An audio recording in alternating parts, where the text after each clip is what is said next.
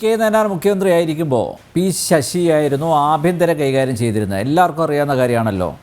അന്നാണ് മറ്റേ ice cream parlour കേസൊക്കെ, പി കെ കുഞ്ഞാലിക്കുട്ടി പ്രതിസ്ഥാനത്തുണ്ടായിരുന്ന ഐസ്ക്രീം പാർലർ കേസൊക്കെ വളരെ സുന്ദരമായി ഒതുക്കി കൊടുത്തത്. ഇപ്പോൾ പിണറായി വിജയൻ ആഭ്യന്തര വകുപ്പ് കൈകാര്യം ചെയ്യുന്നതേ ഉള്ളൂ. ആലങ്കാരികമായ ആഭ്യന്തര വകുപ്പ് മന്ത്രിയാണ്, പക്ഷേ ഭരിക്കുന്നത് പി ശശി തന്നെയല്ലേ, അല്ലേ?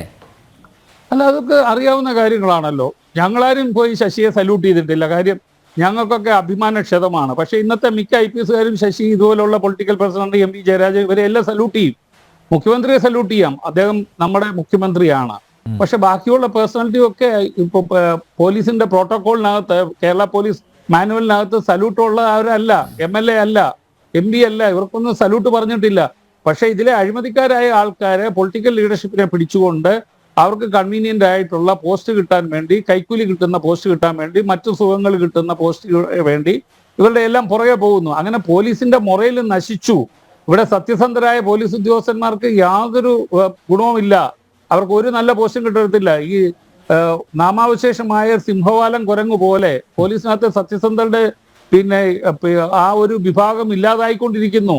പിന്നെ അവിടെ എവിടെയും റെയർ എക്ലിപ്സ് മാതിരിയോ അല്ലെ once in a blue moon എന്ന് പറഞ്ഞ പോലെ അവിടെ ഇവിടെ ഓരോരുത്തരെ കാണാമെന്നുള്ള അല്ലാതെ പോലീസിനകത്ത് കാര്യം സത്യസന്ധമായിട്ട് ജോലി ചെയ്യാൻ ആരെയും അനുവദിക്കത്തില്ല. മോൻസൺ മാവുങ്കലിന്റെ കേസിനകത്ത് അനിൽകാന്ത് എന്ന് പറഞ്ഞ വ്യക്തി ബെഹ്റ സുജിത് ദാസിന്റെ വീട്ടിലാണ് പോയപ്പോഴാണ് അനിത പുല്ലയിലും ഒക്കെ അവിടേക്ക് വിളിച്ചതെന്ന് അനിത പറഞ്ഞു. അയാൾ പറഞ്ഞു സുജിത് ദാസിന്റെ അവിടെ വന്ന, ബെഹ്റ പറഞ്ഞു അവിടെ വന്ന ഒരാളാണ് ഇത് ചൂണ്ടിക്കാണിച്ചതെന്ന് പറഞ്ഞു. ഹൈക്കോടതി കൊടുത്ത അഫിഡവിറ്റ് അതേണ്ട ഈ അഫിഡവിറ്റിനകത്ത് എഴുതി വെച്ചേക്കുവാണ് അദ്ദേഹം കേട്ടിട്ട് പോയാണെന്ന്.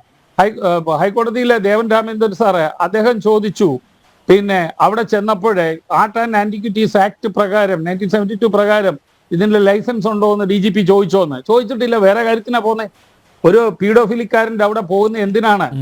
അത് നമുക്കെല്ലാം അറിയാം. അവിടെ എത്ര IASകാർ ഇരുന്നു, ചീഫ് സെക്രട്ടറിമാര്, അതുപോലെ DGPമാര്. ഇയാളല്ലാതെ വേറെ മുൻ DGP ഇരുന്നിട്ടുണ്ട്. 2011 DG ഒക്കെ അവിടെ പോയി ഇരുന്നിട്ടുണ്ട്. അതൊക്കെ പെട്ടെന്ന് എന്താ പറയുന്നു, ഇതിന്ന് ഡിജിറ്റൽ വേൾഡിൽ മാറ്റിക്കളഞ്ഞു. തൊട്ടിട്ട് പോലുമില്ലല്ലോ. അല്ല, തൊടുകയല്ലോ. കാര്യം അവര് മുഖ്യമന്ത്രിയെ വിഷ് ചെയ്തുകൊണ്ടിരിക്കുന്ന ഒരു ഫോട്ടോ ഉണ്ട്. ഇവരെ കെട്ടിപ്പിടിച്ചോണ്ട്, ശ്രീലേഖയെ കെട്ടിപ്പിടിച്ചോണ്ടിരിക്കുന്ന ഫോട്ടോ ഉണ്ട്. അതുപോലെ തന്നെ ശ്രീരാമകൃഷ്ണന്റെ അടുത്ത് മോൻസണൊക്കെ പോയി നിൽക്കുന്ന ഫോട്ടോസ് ഉണ്ട്. അപ്പൊ ഇവരെല്ലാം കൂടി ഇതൊരു കറക്കമ്പനിയാണ്. അതിനൊന്നും ഒരു സംശയം വേണ്ട. അതേ ഹൈക്കോടതിയിൽ കൊടുത്ത കള്ളസത്യവാങ്മൂലമാണ്. ഈ കള്ളസത്യവാങ്മൂലത്തിനകത്ത് എഴുതി വെച്ചിട്ടുണ്ട് ഇത് സത്യമാണെന്ന് അൽക്കാന്ത് എഴുതി വെച്ചേക്കും. അപ്പൊ കോടതിയെ പോലും ഇവർ പറ്റിക്കുന്നു. അതുകൊണ്ട് ഈ കേസിനകത്ത് എന്തെങ്കിലും രക്ഷ വേണമെങ്കിൽ സിറ്റിംഗ് ജഡ്ജ് അന്വേഷിക്കണം. ദേവൻ രാമേന്ദ്രൻ സാറിനെ പോലെയോ PB സുരേഷ് കുമാർ സാറിനെ പോലെ, ഞാൻ പറയുന്ന ഏറ്റവും സീനിയറായി ഉള്ളവരെ വെച്ച് കഴിഞ്ഞാൽ ഉള്ള ഒരു പ്രോബ്ലം, അവര് ഇപ്പം ചീഫ് ജസ്റ്റിസ് ആയിട്ട് അവരെ എലിവേറ്റ് ചെയ്ത് അവർ ഏതെങ്കിലും സ്റ്റേറ്റിലേക്ക് പോകും. അപ്പൊ ഇത് അന്വേഷണം പകുതിയാവും.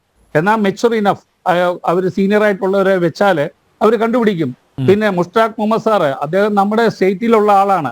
അദ്ദേഹം വളരെ നല്ലവനാണ്. അദ്ദേഹത്തിന്റെ അടുത്ത് ഒരു സിറ്റിംഗ് ജഡ്ജിനെ ചോദിച്ചാൽ തീർച്ചയായിട്ടും അത് തരും.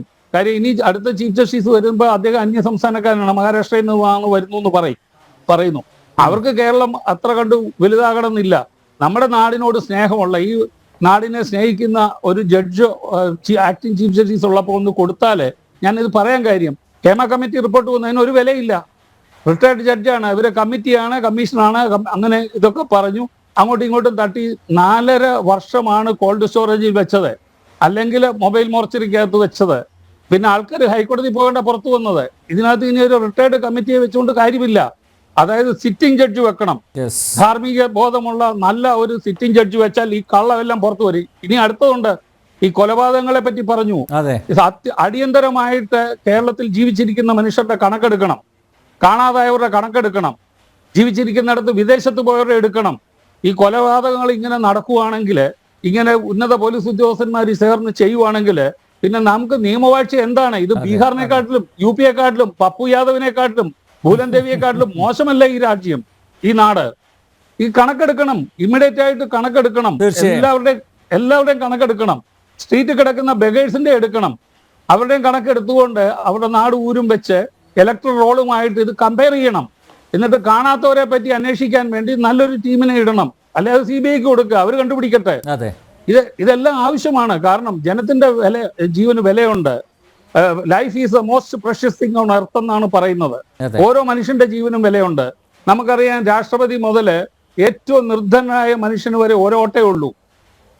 അതാണ് ഇന്ത്യൻ ഡെമോക്രസിയുടെ ഏറ്റവും മഹത്തായ കാര്യം. നമുക്കറിയാം പിന്നെ പ്രസിഡന്റിനെയൊക്കെ തരുമ്പം MLA-മാർക്കും MP-മാർക്കും ഒക്കെ വോട്ട് വാല്യൂ ഉണ്ടെങ്കിൽ പോലും ജനറൽ ഇലക്ഷന്, പൊതു ഇലക്ഷൻ ഒറ്റ വോട്ടേ ഉള്ളൂ. പണ്ഡിതനും ഒരു വോട്ട്, പാമ്പനും ഒരു വോട്ട്, കുചേലിനും ഒരു വോട്ട്, കുബേരനും ഒരു വോട്ട്. അപ്പൊ ഈ മനുഷ്യന്റെ ജീവന് വിലയുണ്ട്, എല്ലാവരുടെയും വിലയുണ്ട്. കാണാതായവരെ ഇന്ന് മുതൽ DGP സമഗ്രമായിട്ട് അന്വേഷിക്കേണ്ടിയിരിക്കുന്നു അല്ലേ? അതിന് കാര്യമുണ്ട്.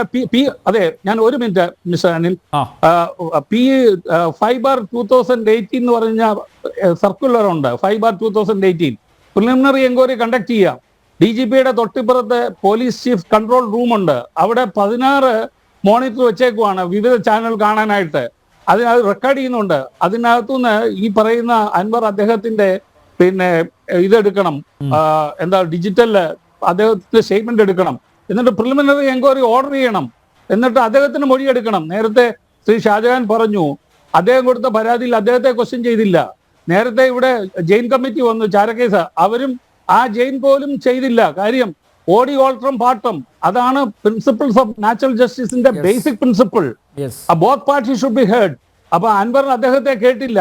ഇപ്പൊ നടത്തി ഇതിനകത്ത് എല്ലാവരും കേൾക്കട്ടെ. നമുക്കിപ്പോ ഒരാളെ പിടിച്ച് ജയിലിലിടാനോ ഉപദ്രവിക്കോ ഒന്നും ഒരു കാര്യമേ അല്ല. കാര്യം എല്ലാവരും നമ്മുടെ സഹോദരങ്ങളാണ്. തെറ്റ് ചെയ്തവരെ മാത്രമേ ശിക്ഷിക്കാൻ പറ്റുള്ളൂ, തെറ്റ് ചെയ്യാത്തവരെ ഇല്ല. പക്ഷേ ഇവിടെ നല്ലവരും നിയമം അനുസരിച്ച് ജീവിക്കുന്നവരും കുറ്റവാളികളും തമ്മിലുള്ള ഒരു അന്തരമുണ്ടെങ്കിൽ ഇവിടെ റൂൾ ഓഫ് ലോ ഉണ്ടാവുകയുള്ളെന്നും നമ്മുടെ ക്രിമിനൽ ജസ്റ്റിസ് ഡിസ്പെൻസിങ് സിസ്റ്റത്തിന് അന്തസ്സുണ്ടെന്നും നമുക്ക് പറയാൻ കഴിയുള്ളൂ.